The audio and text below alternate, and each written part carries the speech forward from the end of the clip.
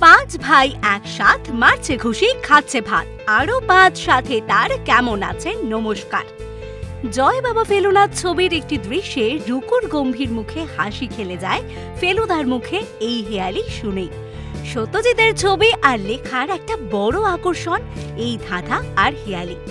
সন্দেশ যখন নতুন করে শুরু হলো তখন সম্পাদক সত্যজিৎ সন্দেশে আনলেন হেয়ালির খেলা।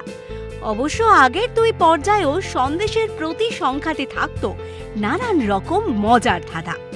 সত্যজিৎ রায়ের প্রিয় এক অবসর বিনোদন ছিল ধাঁধা নিয়ে খেলা। বাবার কাছ থেকে উত্তরাধিকার সূত্রে এই স্বভাব পেয়েছিলেন তিনি।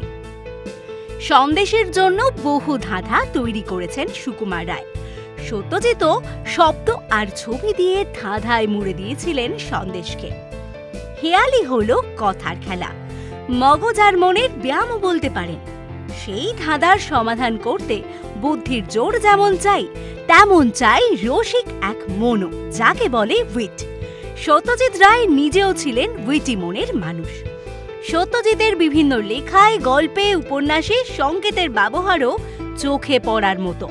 সোনার কেল্লায় ফেলুদার হাতে পৌঁছানো একটা চিরকুটে লেখা ছিল 625 UM, এর অর্থ উদ্ধার করলে দাঁড়ায় আমি পোকরান পৌঁছাচ্ছি, তুমি মিত্তিরকে কাটাও। সমাদদারের চাবি উপন্যাসে ব্যাপক প্রয়োগ ছিল সংকেতের। রাধা রমন সমাদদারের নামে ছবি, অর্থাৎ রে ধা রে মা নি সা মা দা দা রে।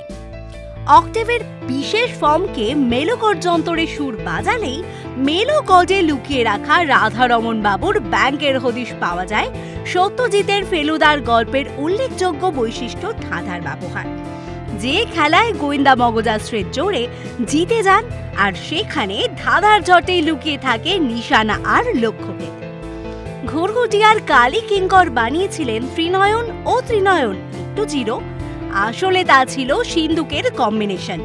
সাহিত্যের ঢঙে হিন্দি উচ্চারণে ফেলু মিত্রের 8টি 80 কম্বিনেশন নম্বরটি 39039820টি উদ্ঘাটন করেছিলেন।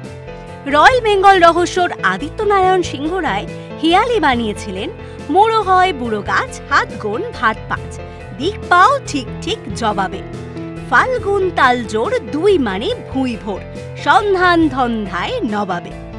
বুড়ো গাছের মোড়ো হলো অশ্ব মানে অশ্বত্থ গাছ, হাত গুণ 5 মানে 55, ফাল্গুন তাল জোর মানে একটা অর্জুন গাছ, আর জোর তাল গাছে মাছে জমি খুললে পাওয়া যাবে গুপ্তধন।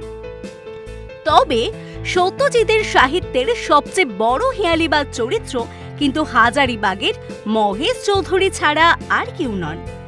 যে লোক শ্রী হিরণময়ীর মৃত্যুর দিন ডায়েরিতে পেন্সিল দিয়ে লিখে রাখেন হি পাসেস অ্যাওয়ে, তার হেয়ালি প্রীতি সবাইকে ছাপিয়ে যায়।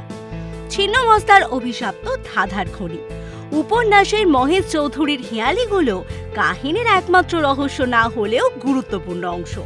প্রতি পদক্ষেপে এখানে ধাঁধার রহস্য ভেদ করতে হয়েছে ফেলুদাকে। বোস পুকুরে খুন খারাপি অ্যাডভেঞ্চারে দেখা যায় ফেলুদার মক্কেলের পূর্বপুরুষ কন্দর্প নারায়ণ আচার্য রসিকতা করে সব জিনিসের একটা নাম দিতেন। মোটর গাড়িকে পুষ্পক রথ, গ্রামোফোন রেকর্ডকে সুদর্শন চক্র, বেহালাকে মাটির ভেপু, এই রকম আর কি। এই বেহালা নামের মধ্যেই লুকিয়েছিল দুর্ধর্ষ এক হেয়ালি। সত্যজিতের গল্পে একা ফেলুদা নন, সব জানতা সিধু জ্যাঠাও কথা বলেন হেয়ালির ভাষায়। ইংরেজি মিশিয়ে বাংলা করেন প্যারাসাইকোলজি। পাড়া ছাই চলো যাই এক্সিবিশন, হয়ে যায় ইশকি ভীষণ। আবার জটায়ুর হেয়ালি প্রীতি পাঠকদের খুব প্রিয়, আর সোনার কেল্লার ভবানন্দ আর তার চেলা মন্দার বোসের কথা ভুলে গেলে কি চলবে?